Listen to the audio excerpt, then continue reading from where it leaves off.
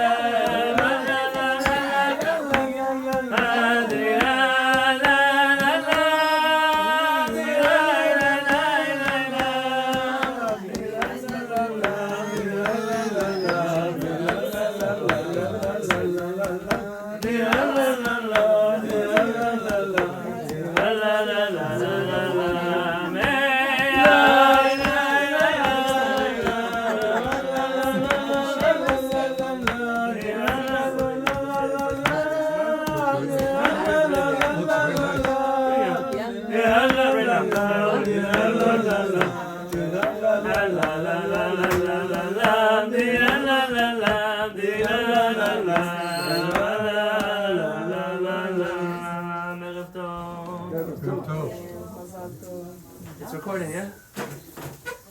Tonight we are gathered together to commemorate what in the Sephardic tradition we call the Berit Yitzchak. And Ashkenazim tonight is called the Vachnach, the night before the Brit Milah of a baby boy.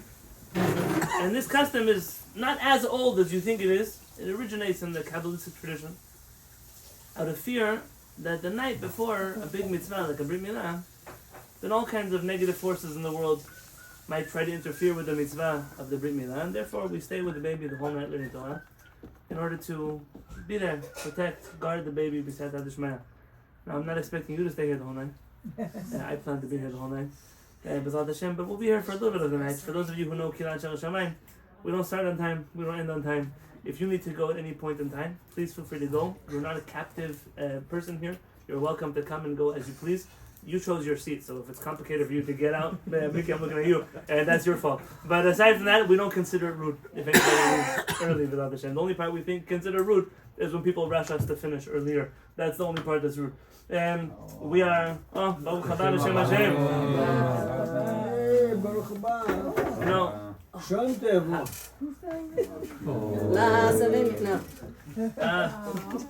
I want to ask all the kids who are here. I see you. Naftali came yet or not yet? No? You guys come up to the front and say Shema Yisrael with our baby boy.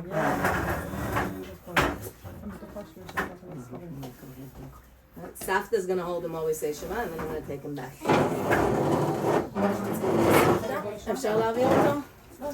Now, Rabbi Uriel was going to come from LA. He told me that they wave a sword over the baby. I don't know if I trust people with the sword, but I trust Rabbi Uriel, so that part is okay. But he's anyway on Zoom, so we're safe. This is Bobby and Zaydi's custom. You know that? Okay. Yeah. Do we all say Shema? Do we have one more kid? Who else? Where's Naftali? Estelle, come. There are more folding chairs in the backyard. If I can ask someone to bring some from the cart. How many? Let's bring 5 or 6. I see there. Well, more. Maybe 6 or 7 or 8. Did Naftali come? Yeah, Naftali, you came just on time. He's just in time. Don't come. Shalom, Michael, I'm very proud of you. Does he look like he had a choice? Yeah, he heard that Rabbi Uriel was coming with the sword. Naftali and Elchanan, come. Oh, Yeah, no, this way. serious stuff tonight, Kevin. Yalla. Nobody's going to take your spot, I promise you. All right, ready? So, okay, no. Wait. Watch the baby's head. So this is Zaydi's custom. Yeah? For those of you who don't know, this is my father. They came all I the was way going from to introduce Israel. him, but you beat me to You're it. going to introduce them afterwards. And this is and this is the son that they're proud of. And This is my daughter. so we normally say Shema. They bring, my father was a principal for over 40 years. They would bring the little kids from the school to the newborn and they say Shema together. So that's what we're going to do, even though these kids are not so little, right? But we say Shema and then we're going to get candy straight from Israel via Bar Park. Ready? 1, 2, 3, go. Adults to the base.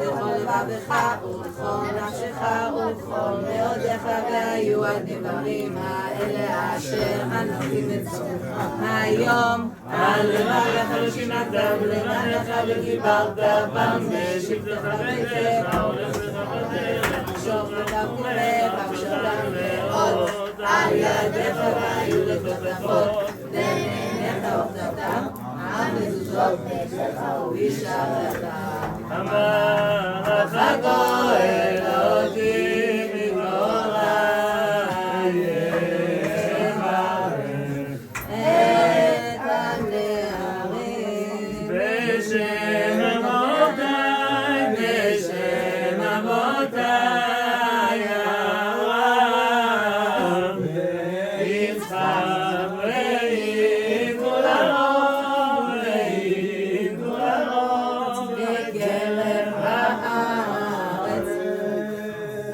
Thank you so much. Rabbani, this is your job. This is my job. there is another section. This is You have Zed's to say job. some in Yiddish. Hey!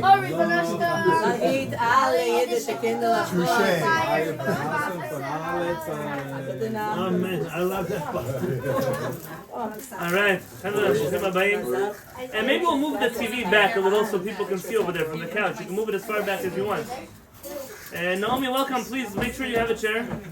And soup, because they just came from a 4-hour journey. Come, we have soup for you. I see the sword. I can mark myself safe. Oh,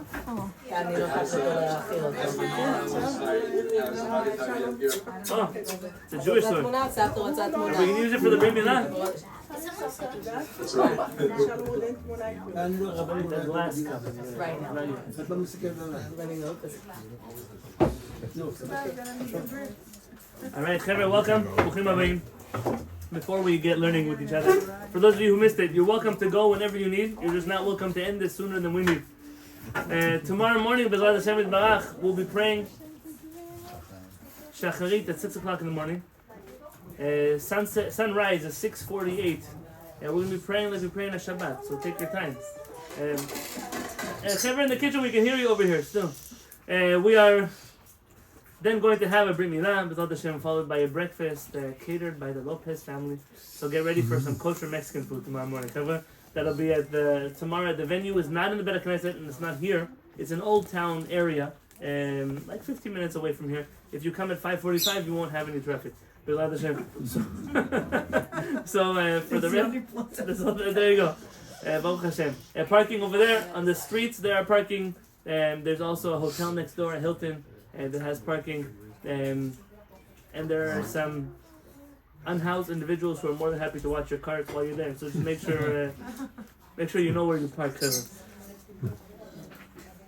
I want to introduce a few people that are very special to me. That came. My parents, obviously, who are here from San Diego, didn't come so far.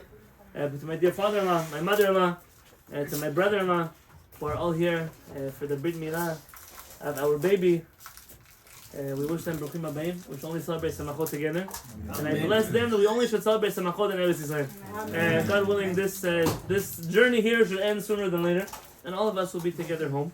And at home, already there's enough Simcha, Odi Shama. We already have Kol Sason, Kol Simcha, Kol Chatan, Kol Kala. All kinds of sounds we're going to hear in Yerushalayim and HaKodesh. B'ezrat Hashem, that should happen soon.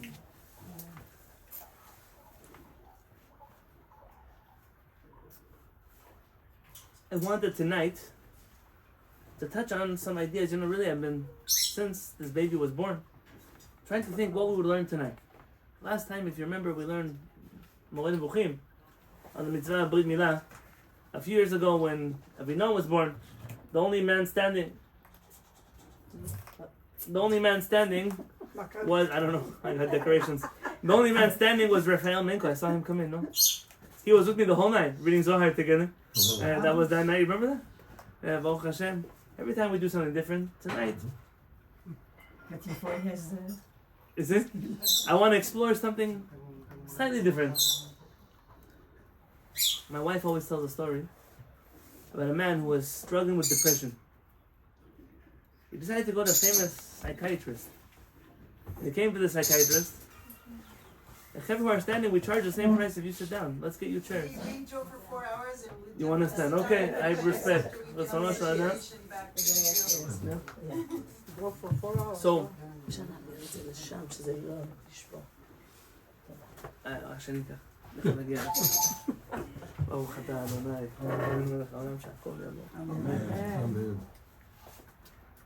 and this clown came to the psychiatrist. He said, "Doctor, I'm terribly depressed. I don't know what to do. I've tried all kinds of therapies. I've tried different kinds of medications. I'm not sure what I should do." The doctor told him, "Listen, the emergency route that we go down is a famous clown in Vienna. Everybody that I sent to him comes back happy. Why don't you go talk to the clown in Vienna?" He says, "Doctor, I can't do that." He bursts out crying at the table. The doctor said, "What's wrong with you? I told you I have a solution for you." He said, "It's not a solution for me." He said, "Why not?" He said, "Because I'm the clown of Vienna." Where does the clown of Vienna go when he said? Where does a person study Torah when they want to be happy? It is not the book of Kehillat. So that's where we're going to start tonight. Because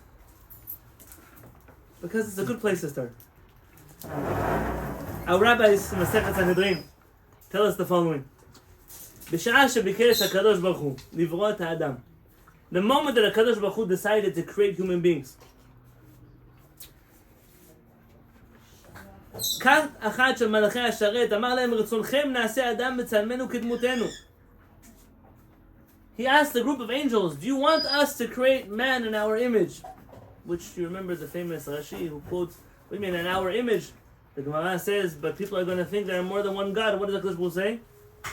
Let a person who wants to make a mistake, let him make a mistake. Rabbi Yonatan Halevy, we studied recently, he incorporated that teaching into the idea that the Kadosh Baruch Hu has room even for those who are mistaken about his identity inside of the tradition of Torah Moshe. אמרו לפניו, ריבונו של עולם, מה מעשיו? הקדוש ברוך הוא, what is his actions? What kind of person is he create? אמר להם, כך וכך מעשיו. He told them exactly what he's going to do in the world. אמרו לפניו, they said, ריבונו של עולם, creator of the universe, מה אנוש כי תזכרנו, ובן אדם כי תפקדנו, הושיט אצבעו קטנה ביניהם ושרפם. וכן כת שנייה. They said, God, why would you create such a creation? And HaKadosh Baruch Hu took out his little finger and burned them. And the second group, same thing. כת שלישית, אמרו לפניו, ריבונו של עולם, ראשונים שאמרו לפניך, מה הועילו? כל העולם כולו שלך הוא. כל מה שאתה רוצה לעשות, בעולמך עשה. They tell HaKadosh Baruch Hu, listen, we heard what happened to the first two groups of angels. You burned them to death.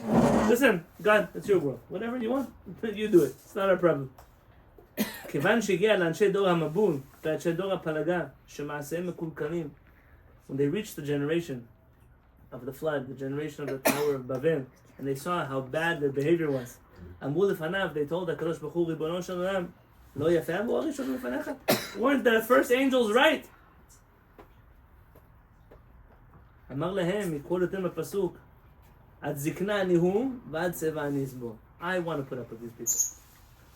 It's an interesting ending to the Talmud, because it doesn't actually make any sense. You asked us if you should create the angels. We told you, you should create humans. We told you, no. You asked the second group, they told you, no. You burned both of them. The third group, we said, we'll be quiet. So you created them anyways, and now they came out bad. We said, see, we told you so. What do you tell it? Shut up. Be quiet. I want these people. So what are you asking us for? What's the whole purpose of the story?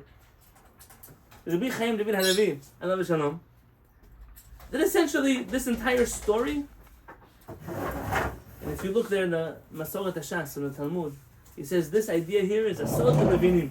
It's a very deep secret for those who understand it. Rabbi Yedidya Halevy says even if we don't understand it, there's an idea here.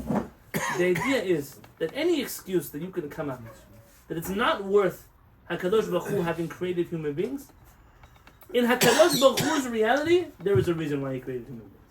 And for him, even if you don't understand why there is life on earth, and even if you don't understand why there should be people on earth, and even if you don't understand why this world has so much good and bad and evil inside of it, it doesn't matter. You didn't decide the world. You didn't create the world. HaKadosh Baruch Hu created the world. I had a battery pack here somewhere. Shirley, where's the one that you had? Plugged in?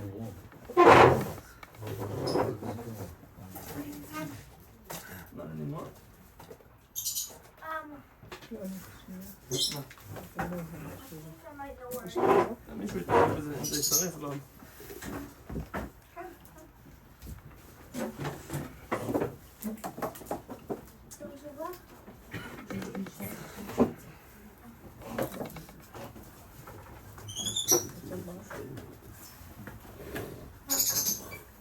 This is only coupled by another argument between angels.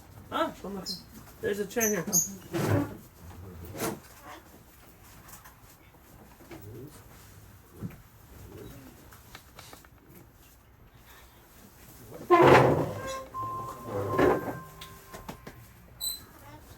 There's another midrash that says that again the angels were arguing between themselves if HaKadosh Baruch Hu should create human beings, and they say, Rabbi Simon writes in the Talmud, "Vayar Elohim et kol asher asa, v'hineh tov meod."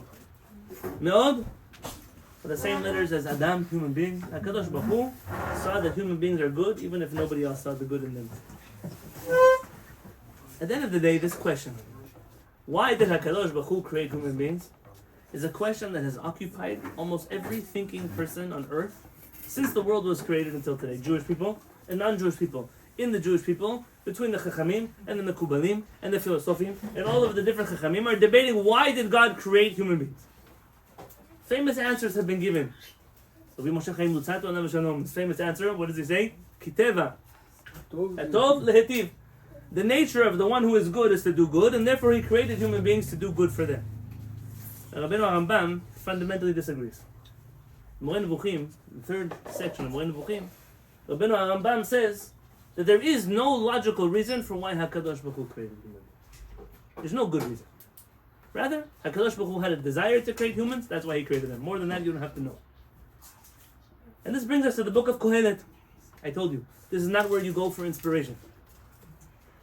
Kehillat was written, according to our Chachamim at least, by Shlomo HaMelech. And we assume that because Kehillat, in English they call this book Ecclesiastes. Ecclesiastes. In Spanish? Say it again, Michael. Yeah, what word does it sound like in Spanish? What? Iglesia. What is an iglesia? A church. A place to pray. What is Ecclesiastes when the church authority, the ecclesiastical authorities, who are they talking to?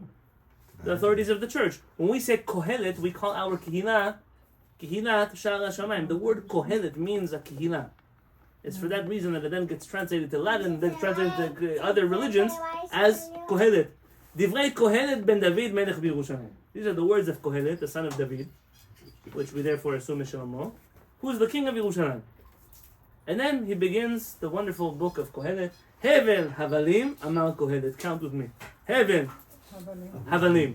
How many Hevels do we have so far? Twice. 3. 1. And then Havalim is double, plural. right. Yeah? So triple. Futility, I'm going to translate Hevel as futility, though it's not a great translation. Futility of all futility is Amar Kehillat. Hevel, Havalim, count again. 3. Hakol Havel. Everything is utterly futile. The whole world. What is the purpose of all that human beings do on this earth? A generation comes, a generation goes, and the only thing that lasts forever is this world. And the sun rises and the sun sets.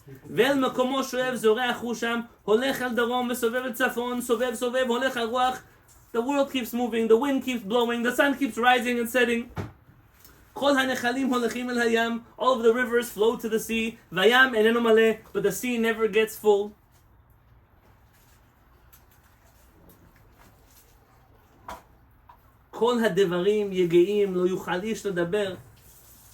It's depressing. That was, what will be. And what has been done will be done again. And nothing is new under the sun. And then he gets even more excited. אין זיכרון לראשונים וגם לאחרונים שיהיו לא יהיה להם זיכרון אם שיהיו לאחרונה. I heard a philosopher once say, nobody who lives in this room will be remembered by their great-grandchildren's grandchildren. Likely they won't even have a picture of you. I have to say, exception. My grandparents, they came to Israel. Before that, they lived in Yemen and Morocco. So we have one picture in my mom's family folded in half with a line in the middle. My dad's family, nothing. My wife's family, they have pictures that go back. And my grandmother and my mother-in-law's family, for sure, they have already in the Bate Knesset from a long time ago. But how much longer can you go back and find out who you are? Elchanan gets an aliyah to the Torah. And he says to Oren to give him Mimshe Berach. He says, Elchanan Halevy ben? Ben? Ben? Ben? Ben? We don't know. Guess what? Even my father doesn't know. So what happens then? What happens then? At a certain point, you forget. There's a place in which you don't know anymore. And the same goes to the future. Even the people who are born today, this baby that is born this week, he's also going to have great-grandchildren. It feels useless, this life here. What is the point of this life? And he, take my word for it. I was the king of Israel in Yerushalayim. Was. ונתתי את ליבי לדרוש ולתור בחוכמה על כל אשר נעשה תחת השמיים. I said, maybe it's not life that matters. Maybe what matters is the acquisition of wisdom. I'm going to go look for wisdom. A person can become a chacham. It could be a chacham of Torah. It could be a chacham of refuah, of medicine, of engineering, of technology. He goes to acquire wisdom. ותנה ליבי לדעת חוכמה. And I put my mind to acquiring wisdom. והנה גם הוא הווה. And also that was nothing. He says, why? Because all the smart people, they die with the stupid people. And they get buried together. And it doesn't really matter, because nobody remembers when you're in the cemetery who is the smart guy and who is the stupid guy. Is I figured out, maybe there's what to do with becoming wealthy. Maybe I can own property, I can make money, I can enjoy wine and eat meat, and maybe I can do all of those things. תרתי בליבי, למשוך ביין את בשרי, וליבי נוהג בחוכמה ולאחוז בשכלי. He keeps going. הגדלתי מעשיי, בניתי לי בתים, I built houses, נטעתי לי כרמים, I built vineyards. I planted vineyards, עשיתי לי גנות, ופרדסים, I built for myself gardens. The word fardes is not a Hebrew word. Pardons. Yeah? Fardes is a Farsi word. It comes to us through the Iranians, the Greeks. This word is then adopted into the Hebrew language. Hareim, the word that we use in Hebrew for a garden is gan, but gan is the Gan Eden. Eden, by the Goyim, they call it Eden, paradise. Paradise is the word pardes, back into Hebrew. Yeah? Rabbi Yonatan Halevy talked a little about this word and how it comes back to Hebrew. I built myself pools of water, and he goes, Kaniti avadim ushfachot, and I acquired all kinds of slaves and servants. And then he says, it also doesn't matter. It doesn't matter. He said, because I'm laying there and I say, you know what, maybe when I die, I'm not going to take any money with me, but I'll give it to my children. I'll give it to my grandchildren. And then I remember, not only will they not remember me, maybe they're not even going to do good things with my money. They're not even going to use my house for Torah, for mitzvot, for chokhmah. They're going to destroy their lives with my money. What's the point of all of this? And it's pretty depressing. It keeps going. So I'm not going to read you the whole book of Kehillat, yes? At a certain point, Shlomo HaMelech tells us, after deciding that life is so eternally useless and depressing, he says in the 9th chapter,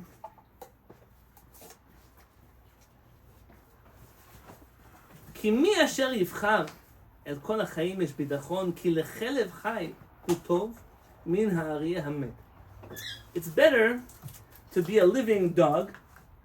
By the way, I know in America a dog is, oh, what a cute puppy. But in Judaism, a dog is like in Arabic is a dog. Yeah, you call someone a dog, see what's going to happen to you in Saudi Arabia or in Dubai or in Pakistan or in wherever. Call him a dog, see what's going to happen.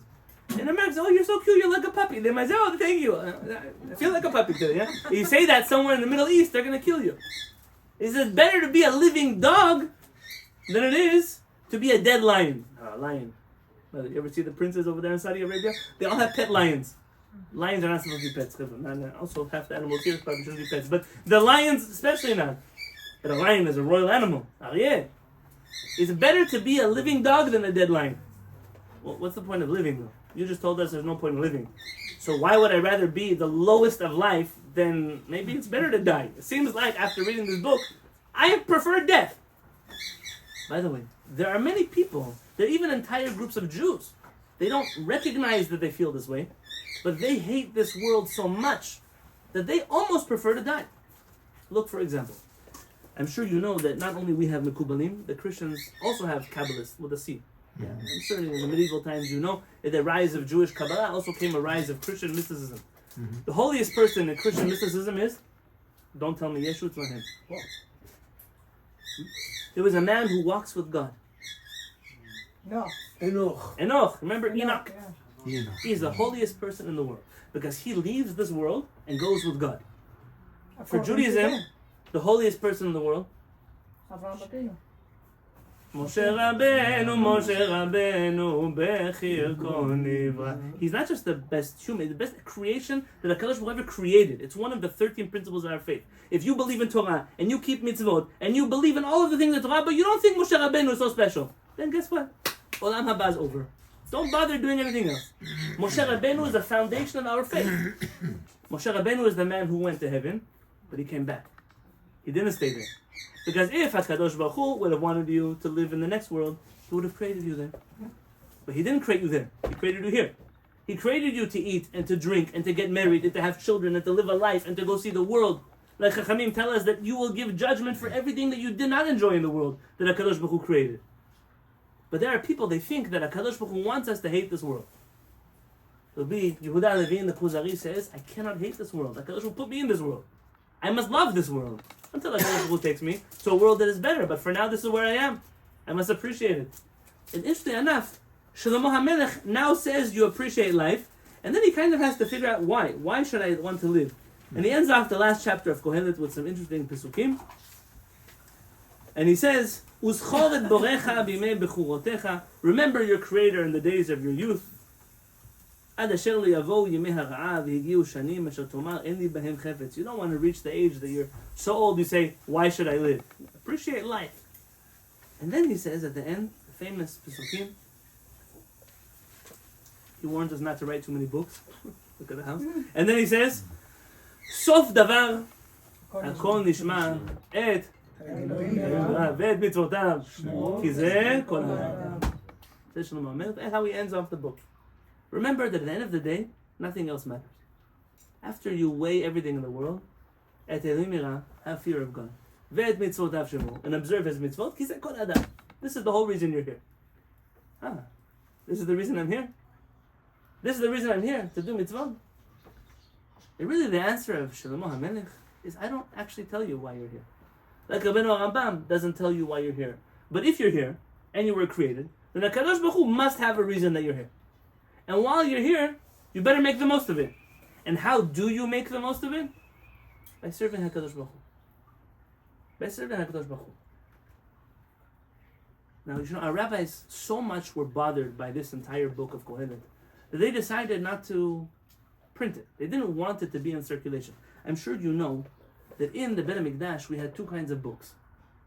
We have books that were deposited in the Kodesh and books that are publicized by the Kodesh. Yeah? Do you remember Esther HaMalka?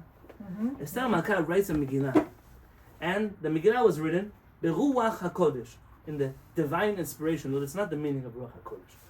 Kodesh is a place. See, Kodesh is a noun. If I want, Ruach is Lashon, it's masculine or feminine? How do you say the plural of Ruach? Ruchot. Ruchot. And therefore, if you want to say the Holy Spirit, you would say HaKadosha. Rather, you say Kodesh. Why Kodesh? Because Kodesh is a place. Where is that place? It's in the middle of the Beit HaMikdash where the Sanhedrin sits. If something is written Beruach HaKodesh, that means that the people of the Kodesh, the men of the Sanhedrin, are deciding whether or not this book fits within the spirit of the national books of Israel. There were hundreds of thousands of Nevi'im, our Chachamim tell us. How do you know which ones to keep and which ones not to keep? Because if they're written Beruach HaKodesh, if the rabbis sitting in the Sanhedrin have decided these books belong to the Jewish people, they belong to the Jewish people. Look, for example, at the book of Ben Sirah. Ben Sirah is quoted extensively by our rabbis, but he didn't make the cut.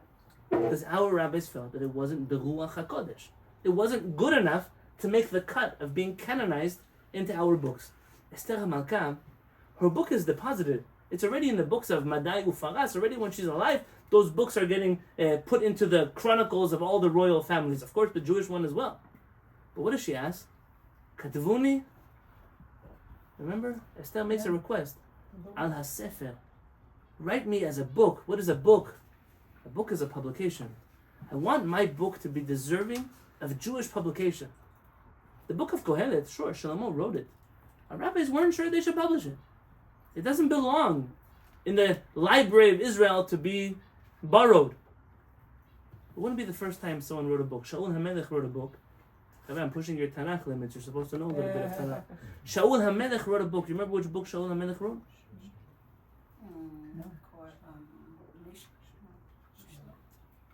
Shaul HaMelech wrote a book. All the laws of the Jewish government. V'hiniach, and he put it in the house of Hashem. Hiniach, meaning it was deposited, but it was not published. Yes? Interesting word, hiniach. If you want one day to sit with me, we can spend the whole night together. L'haniach tefillin. Why your tefillin is deposited on your arm. Right? Hanacha, the same thing. But we can talk about this a different time.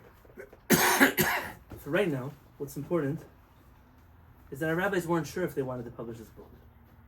They said it contradicts itself all over the place. There are things here that are very depressing and they're very difficult. Our rabbi said, but for this last verse, Sof Davar Kol Nishma, we're going to publish the book.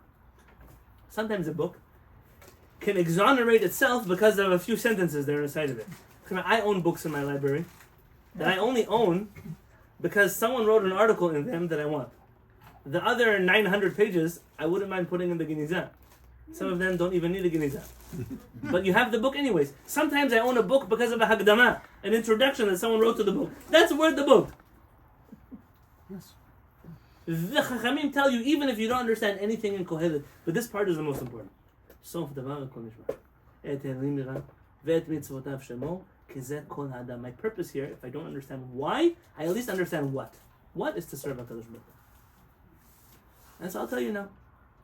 That was the introduction. I was sitting in, we have, I know many people here, it doesn't resonate with them. We don't tell anybody that we're pregnant, ever. He forbade us from telling people. Ever. The doctor and whoever else needs to know.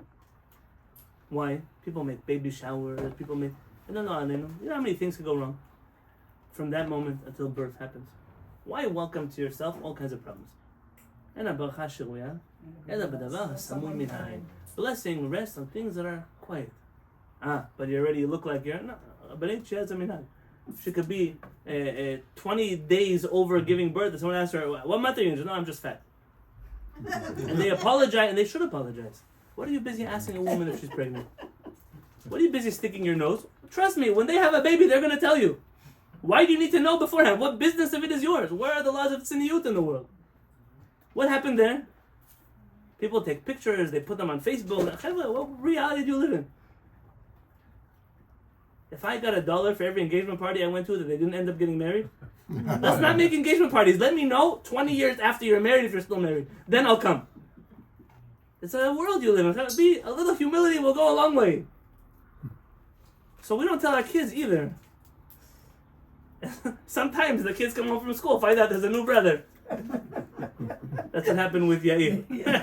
Yair, they came, what? Who is this guy? He's your brother. Yes? This time we decided the shock was a little too difficult. So before we went to the hospital, we told some of the kids. We told Avinam, where are you? He's here? He's outside. Avinam said, what? Another one? Yeah. Now this was the same response we got in the hospital. Another one? And the answer is yes. Another one. And another one. And another one. And another one. Because this year we lost 1,400 of them in October. As many as need to happen. And I'm not apologizing to you. Because you have 1.5 children and a poodle. Doesn't mean that I have to also have 1.5 children and a poodle. You have the birds. I have the bird. I have 15 birds. Listen, I'm extreme in every direction. So the answer, why more? Very simple. The first mitzvah in the Torah. The first mitzvah in the Torah. Uvu, to be fruitful and to multiply. Until what point? Until what point? Now, I don't wish to make anyone uncomfortable. So instead of focusing on the first mitzvah in the Torah, I wish to focus with you on the last mitzvah in the Torah. The last mitzvah in the Torah. Ve'atam kitvu lachem et hashira hazot. You should write down for yourself this song. Which song? Which parasha is that? Hazinu HaShamayim ba'daber. Write down for me this song. Where's my phone?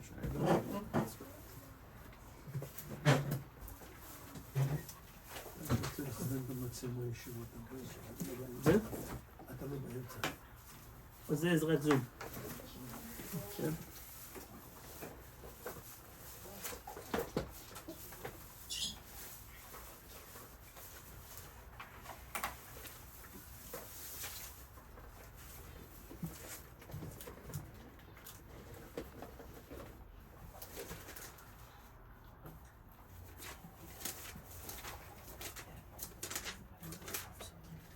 יש איזה משה רבנו.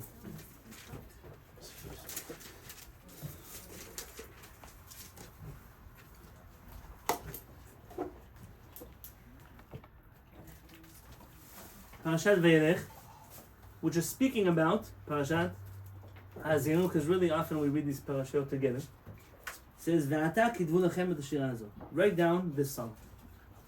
V'lamedat b'nei Yisrael, and you should teach it to the Jewish people. Sima b'fihem, put it in their mouth. Leman tiyeh li hashira hazot le'ed b'nei Yisrael. So this song could be a witness for me in the Jewish people. לא. אני אמרתי לו לשבת. לא. מה? Okay.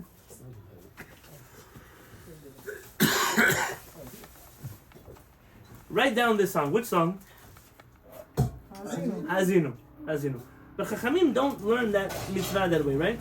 How do Chachamim learn that mitzvah? It's not a mitzvah to write Hazinu. What is the mitzvah? To write a sefer. To write a whole Sefer Torah. Correct?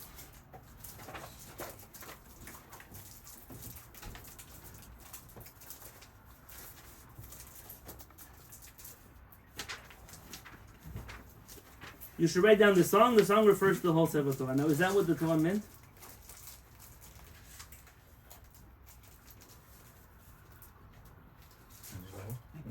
Is that what the Torah meant? Probably. That's a trick question. It's not what the Torah meant, but it's how Chachamim taught us the Torah. And therefore, that's how we are authorized to read the Torah. Rabbeinu Rambam worries about this, because if the mitzvah is just to write Hazinu, then why am I commanded to write the whole Sefer Torah? How can you include that in mitzvah number 613? And Rabbeinu Rambam has special wording. Mitzvah taseyal kol ish v'ish mi'Yisrael is a mitzvah in every Jew. Lichtov Sefer Torah la'atzmo, to write for himself a Sefer Torah. Shneimar, because it says, Ve'ata kitvu lachem et hashira azot, write down this song. Kilomar, kitvu et haTorah, sheyesh ba shira zo. Write the Torah, which has inside of it this song. So he managed to balance both. To give credit to the Torah for only referring to Hazinu, and Chachamim for requiring us to write a whole Sefer Torah. Famously, in Sepharad, under the leadership of the Rosh, Rabbi Asher, who brought the first Ashkenazi influence into Spain, in this particular case a negative influence, Rabbi Asher rewrites this mitzvah and says, nowadays, you don't have to write a Sefer Torah, because we have enough Sefer Torah. Rather, you just have to buy books of Torah. There's a fascinating conversation on how a rabbi can come in the Middle Ages and rewrite one of the 613 mitzvot. And religious say that maybe most of the people rely on the Rosh because they didn't fulfill the mitzvah of writing a Sefer Torah. What is the connection then between the first mitzvah in the world and the last mitzvah in the world? I want to answer this question for you. And I'm doing this to the zechut of our dear baby that came to the world. And even if I cannot tell you why he came to the world, and I can tell you for which purpose a person lives in this world, I can definitely tell you that there is for what to live in this life. If Shlomo HaMelech told us that it's to fulfill the mitzvot and to know HaKadosh Baruch Hu, and therefore the first mitzvah of Pul Uvu is because HaKadosh Baruch Hu commanded us, because the natural reaction of a person would be, why should I bring children to this world? I understand those people more than the people who say, I want to bring a lot of children to this world. Because if you see this world, and you see how horrible the world is, and you see how crazy the world can be, and you see what people try to do to children in this world, then you might say, hey, maybe I don't want to bring children to this world. Maybe it's not so safe for me to bring children to the world. So why did I do it? HaKadosh Baruch Hu commanded me to. It's a mitzvah. Why is it a mitzvah? Somehow it's connected to the last one. With your permission, let me share with you some Torah.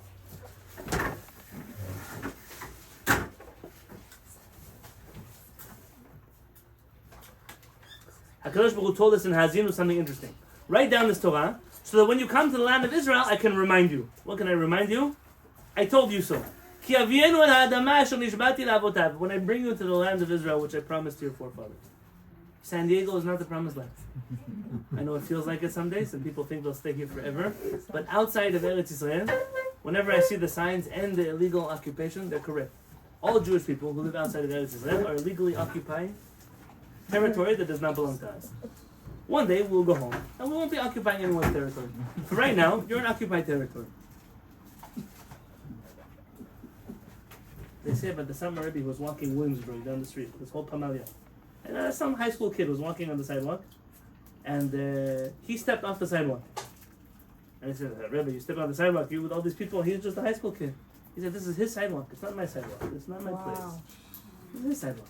Wow. So walk around a little bit like it's not your sidewalk.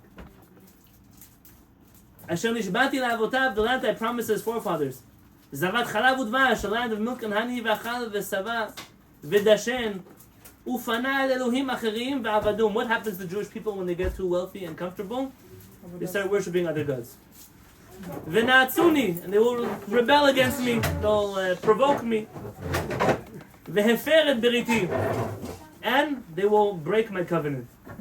What is it called tomorrow morning? A Berit.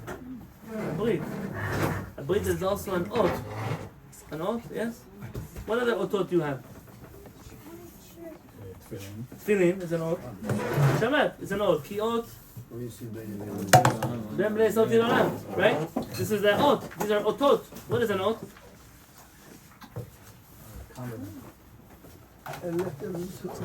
An oath is a letter, yes? A letter? A letter?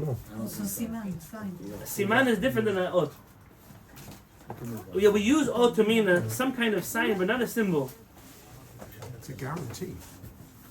Is it like a testimony? I don't know. Kind of a testimony, though a testimony might be a zikaron. Why am I telling you what is an oath? Because the tefillin of your hand is called an oath. But the one of your head is not called an oath. It's called totafot or in the Torah el zikaron ben enechem, memory, a memorandum. Remember the books that I told you that are deposited in the Mikdash but are not publicized? Those are called zichronot. Look in the book of Ezra. Ezra finds their books. In Aramaic, they call it a duchrun. It's a memory. It's something that you place that is for you for another shul about tefillin. But that has to do with whether or not you wear tefillin tomorrow by the Brit Milah. There's a big argument among the Chachamim whether during the Brit Milah you should wear an oath. You should not wear an oath because there already is going to be an oath happening during the Brit Milah. You also don't wear tefillin on Shabbatot where there is an oath. You don't wear tefillin at Shabbat. And where else? At can you put on tefillin at night? No. Maran writes halacha ven morim ken. You're allowed to, but you don't do it. We don't tell people to do it. We don't wear tefillin at night. Why don't you wear tefillin at night or on the weekends?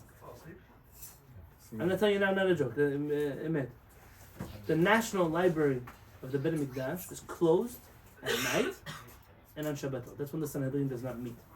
And therefore, anything that is a memorandum inside of the Mikdash, you don't wear it on those days or on those times. Do a mitzvah every day. You should know a little bit about the mitzvah that we do every day.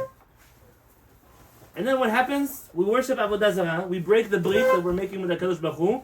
Vaya, כי תמצאנה אותו רעות רבות וצרות. וענתה השירה הזאת לפניו לעד, כי לא תשכח מפי זרעו, כי ידעתי את יצרו, אשר הוא עושה היום בטרם אביאנו לארץ ונשבעתי.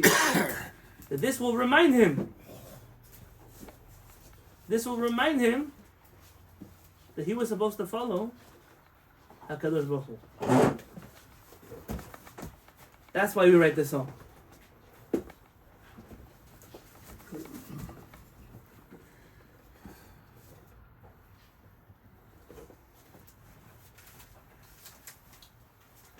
It's interesting, the same parasha tells us that what happens when all these bad things happen.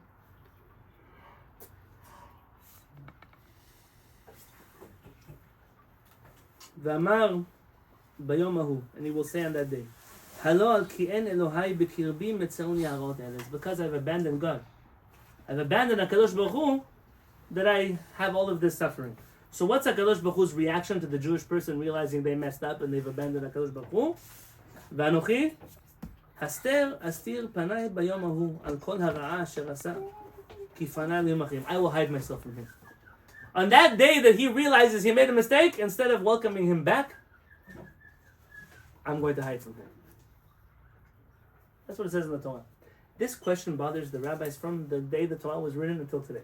Why does the HaKadosh Baruch Hu reward you? It says, Noten l'rasha ra kerish'ato. HaKadosh Baruch Hu punishes the wicked based on it, but he's good. He did teshuvah. He realized all of these bad things are happening to me because I didn't have HaKadosh Baruch Hu, but now I recognize that, so shouldn't you come close to me, HaKadosh Baruch Hu? Why are you running away from me? This is connected to a famous argument we studied 2 summers ago. The writings of Rabbi Yehuda Bivas and Rabbi Yonatan Halevy, and the writings of all of the Chachamim that started the early political movement of the return to Zion, long before the secular Zionist movement. We spent the whole summer together studying those writings. And there was a machloket whether or not the Jewish people have to do teshuvah for the redemption to come. Do the Jewish people have to be good before the redemption? Or does the redemption come no matter how the Jewish people are behaving? That's a big argument in the Talmud. The rabbis are not clear, and they fight, and they bring Pesukim this way, and they bring Pesukim that way. Interestingly enough, Rabbeinu Rambam, in the laws of Teshuvah, he says that the Mashiach will not come until the Jewish people do teshuvah. Maran in the case of Mishneh has a hard time. Where did he get that from? It's an argument in the Talmud. Why did the Rambam decide like one opinion, not like the other one? Suffice it to say that at least according to the Mekubalim, HaKadosh Baruch Hu will save the Jewish people even if they don't deserve teshuvah. This is based off of a verse in Yechezkel. Yechezkel, the prophet says, Ki lo lema'anchem. I'm not doing this for you. I'm doing this for me. For my name that you have desecrated among the nations of the world. The very fact that we can live in a world where Jews can go watch a soccer game in Amsterdam and get lynched in the streets, the fact that a reality like that exists is a chilul Hashem.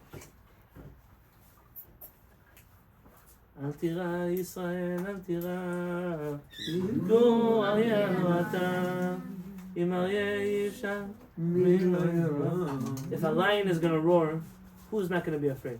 How can it be that Am Yisrael roars and nobody's afraid? That is the definition. You have desecrated my name, that people are not afraid of Am Yisrael. People think that Jewish blood is cheap. My father-in-law once told me, I don't remember which Rebbe you quoted, but Shimon and Levi. You remember Shimon and Levi go to massacre the city of Shechem. Why? Because they took advantage of their sister Dinah. And they decided, before they kill them, to make everybody go through a Brit Milah. And they say, my father said, so why they make him go through a Brit Milah? You're going to kill him anyways. Why make him suffer to get circumcised? It's very cruel. This way He said, this way you can kill them, nobody's going to complain. Because once they're Jewish, nobody cares if you kill them. If they didn't have a Brit Milah, then the whole world, the UN would come, the riots would come. But now that you made a Brit Milah, everybody lets you kill them anyways. Yeah, that's the point. That's a chilul Hashem. Perhaps the greatest chilul Hashem in our modern times was the Holocaust. The fact that Am Hashem, the chosen people of the Creator of the universe, could be massacred. 6 million people, Anashim, Nashim, Vataf, men, women, and children, and nothing happened. It happened, and nothing happened. No nikama, no vengeance, no retribution, no consequences, klum. Was a chilul Hashem of astronomical proportions. And at that point, we merited to see something very interesting. Because when the Jewish people hit rock bottom, HaKadosh Baruch Hu says, you know what? It's no longer for you, it's for me now. You can't live in a reality. You always ask, where was HaKadosh Baruch Hu in the Holocaust? Where was Am Yisrael? Where were the people that were supposed to rise up and say it's unacceptable that in reality where there are chosen people in the world, that people can just kill them with no worry in the world? And at that point, HaKadosh Baruch Hu created one of the greatest miracles in the world. That for no reason that we deserve. Because definitely I can tell you, in 1948, Am Yisrael did not do some mass teshuvah. There was no movement where all the Jewish people gave up their Berit that they were mefer. HaKadosh Baruch Hu gave us the greatest gift in the world. He returned for the first time in 2,000 years the Jewish people to the land of Israel. Is it perfect? Not perfect. Who said it has to be perfect for it to be a miracle? Not every miracle is perfect. The fact that it happened, HaKadosh Baruch Hu said at this point in time, I can't handle anymore what's going to happen to my people in the Golan.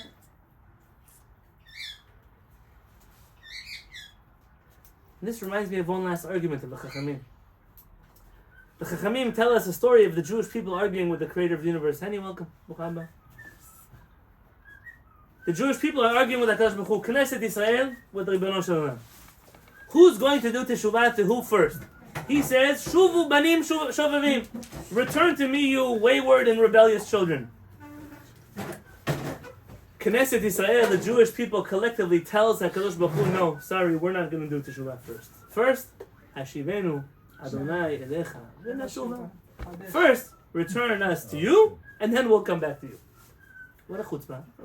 HaKadosh Baruch Hu says, children, Yalla, come home. No, you come get us. It's like your teenager at home.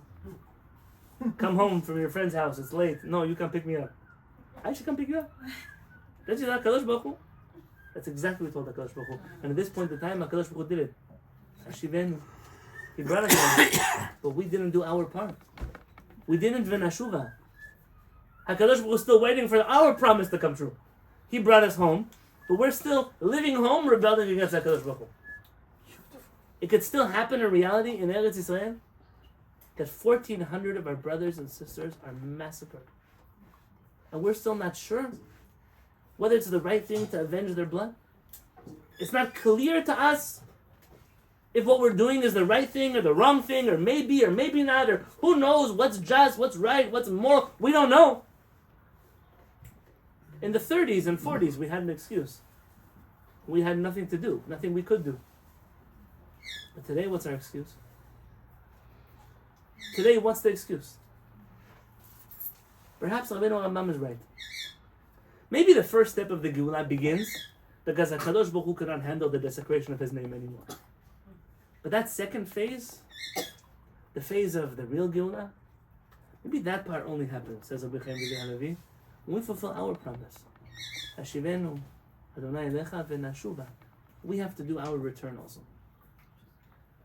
We have a Brit Milah. A Brit Milah is not an easy thing.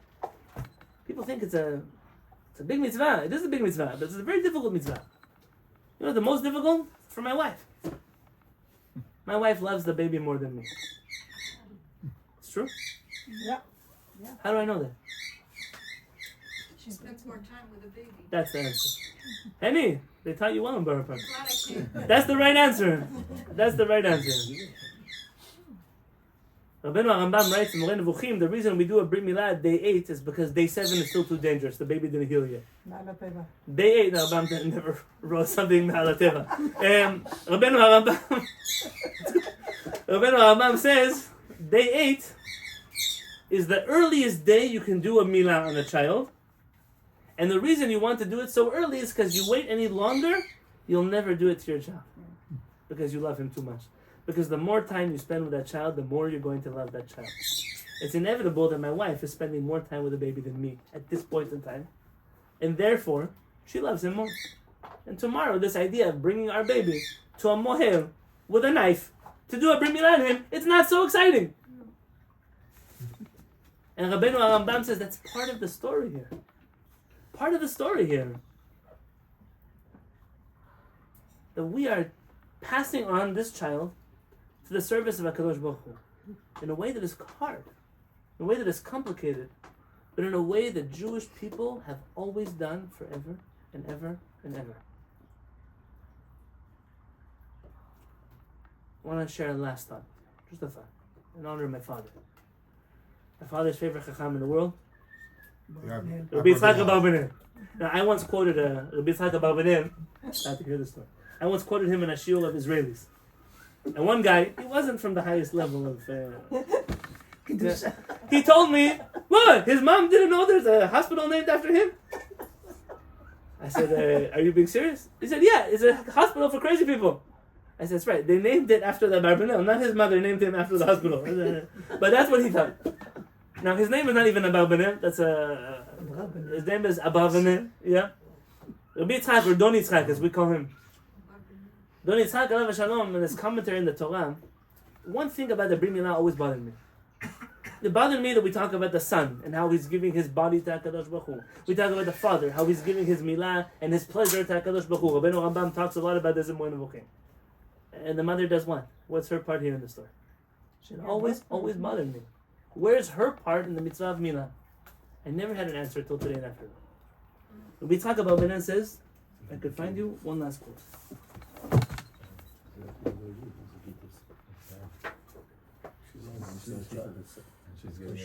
Because she loves him, it's her child. And she gives it away. That's good.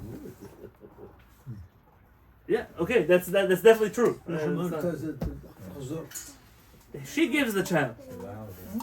Come on, in a minute I'm going to be done. Says Rabbi Yitzchak Abarbanim, Bi'er lo.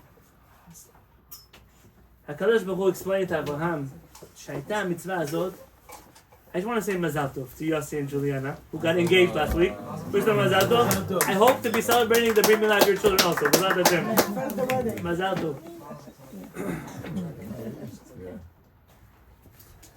ביאר לו לאברהם, הקדוש ברוך הוא explained to Abraham, שהייתה המצווה הזאת באיבר ההולדה. They do the brit milah on the organ of a person that is responsible for reproduction.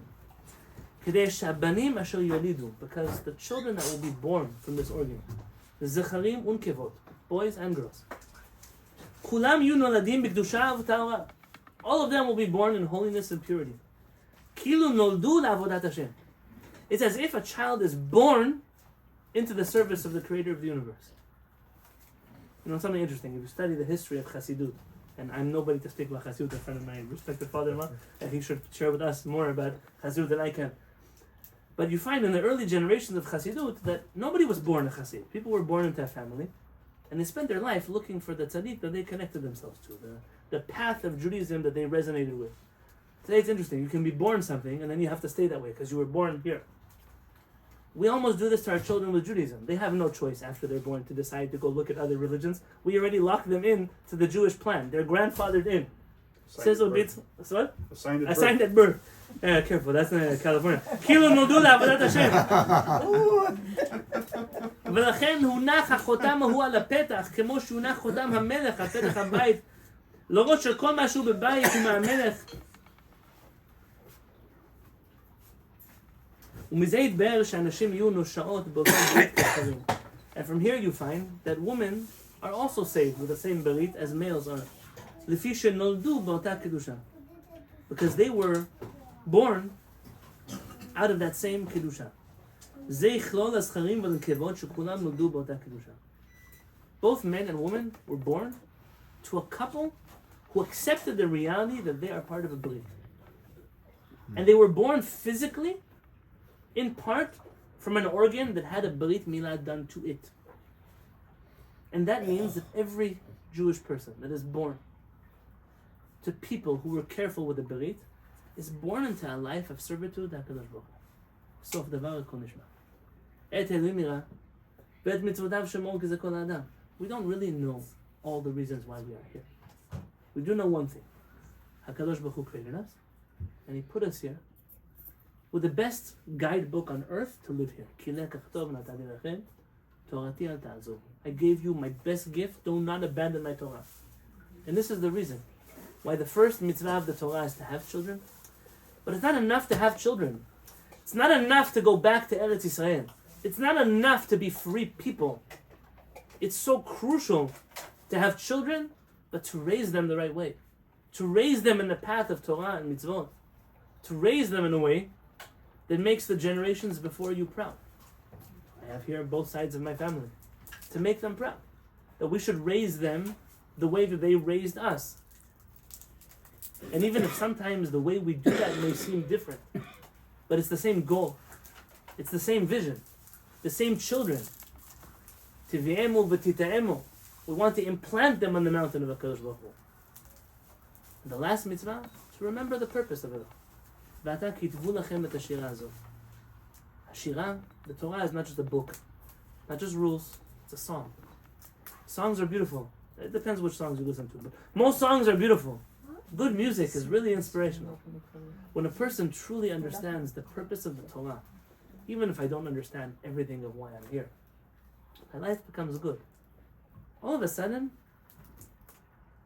all of the things that people worry about when they have children, they don't worry you so much. What's going to be, where they're going to go, how much money you're going to have to spend on them. Are you going to be able to take them on the family vacation to the cruise on the Bahamas? Are you going to be able to another Jewish school tour? Come on, those are good calculations. I'm not here because I don't know why I'm here. I'm here because HaKadosh Baruch Hu put me here. I'm here because HaKadosh Baruch Hu gave me mitzvot. And if He told us that there are mitzvot to do, then certainly He has a way for us to do them. That part of our relationship with the Creator of the universe, that part, He's going to figure out. Let Him do His part. We're going to do our part. And I'll tell you that it takes a village to raise a child. It takes a village. That's what they say. It takes a village. And I cannot be more grateful, and I know that I speak on behalf of my wife, that this is our village. That you are our village. When my kids grow up, they don't meet random people in the streets. They don't go to Berit Knesset with people that speak Lashon Hara, sitting in the chairs, that are pushing each other out of their spots, that are snatching cakes off the table for Kiddush. We all went there once upon a time. My children sit with people on a Thursday night before a Berit that happens in sunrise, come to learn Torah with the rabbi.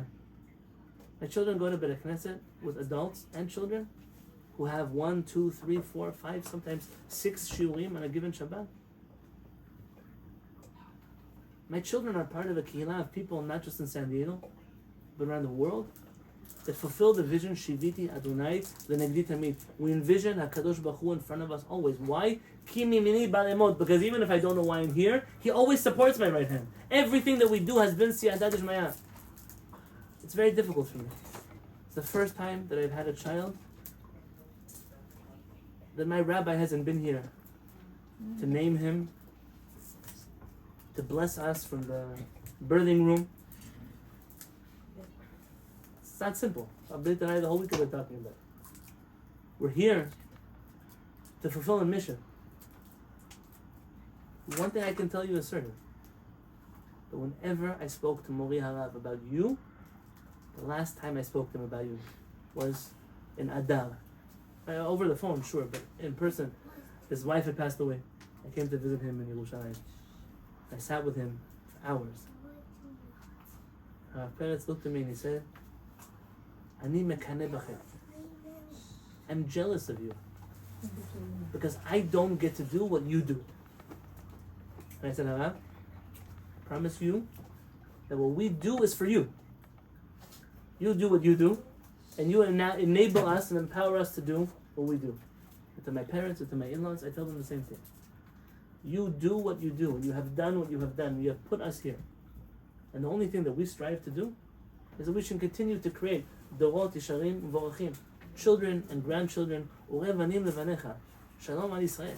We want to give children to our children, and ultimately there should be peace in Am Yisrael. Ultimately. But for right now, that war that we're fighting, whether a spiritual war in this world, calling out to the world, Avraham Avinu says, what does he say? B'Shem Adonai El Onam. Avraham Avinu comes to.